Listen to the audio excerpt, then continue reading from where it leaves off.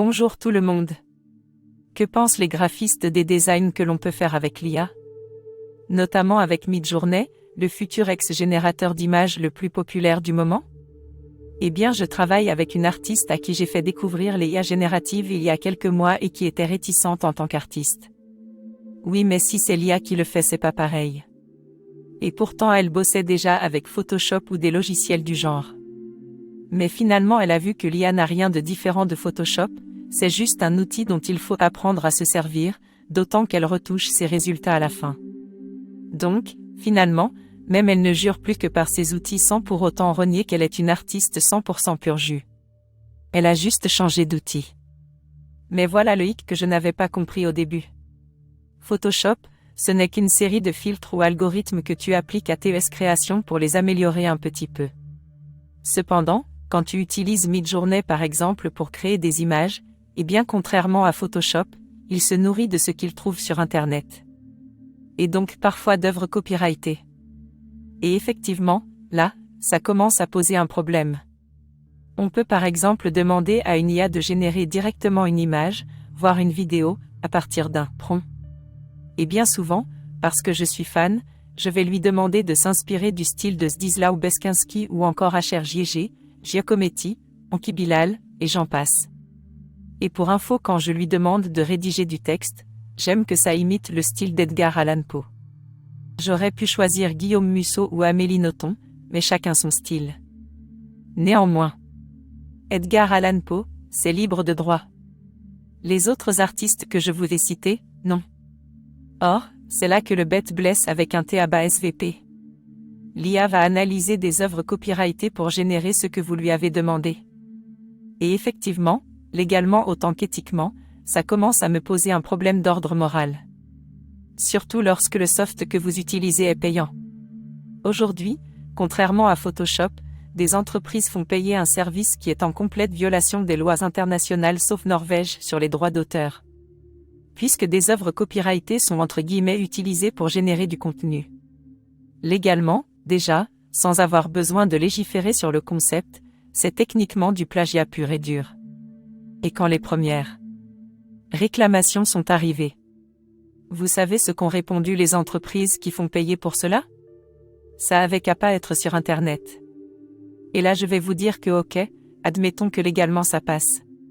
Sauf que si tu demandes à Midjourney de dessiner du porno, ou à ChatGPT de trouver un site illégal de streaming, là le programme te répond qu'il n'est pas autorisé à faire ça.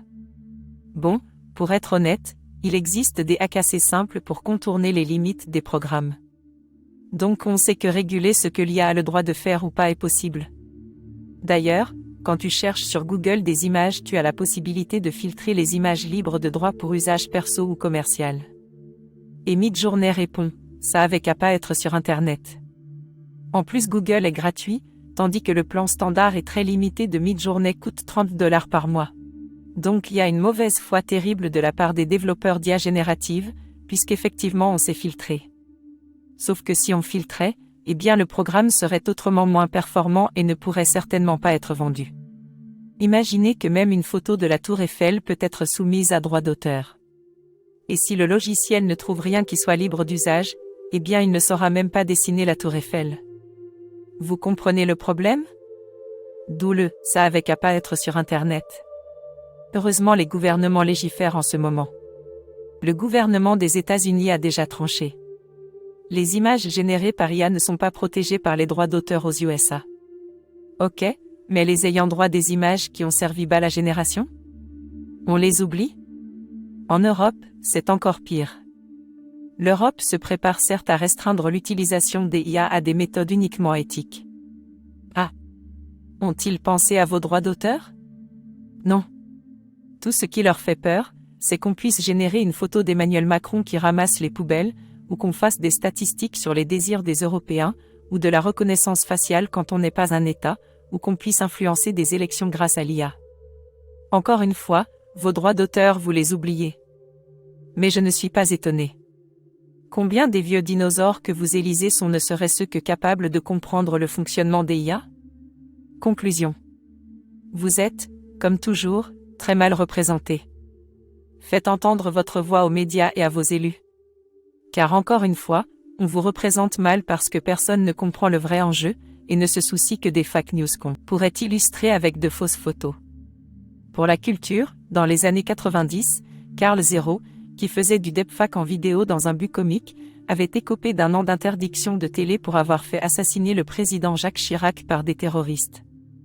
Après cela, on l'a obligé à indiquer la mention « réalisé avec trucage ». À croire que ça fait 30 ans que leur cheval de bataille, c'est de maîtriser les images susceptibles d'influencer ce peuple si malléable. En tout cas, c'est comme ça qu'il est perçu. Bref, faites circuler l'information si vous voulez être défendu par, pour une fois, une loi bien faite. Faute de quoi ce sera encore de la poudre aux yeux et vos droits d'auteur, vous les oublierez pour toujours parce qu'il sera trop tard pour agir vu les sommes colossales déjà engrangées par ces multinationales qui, telles les GAFAM, seront bientôt inattaquables. N'est-il pas déjà trop tard d'ailleurs ?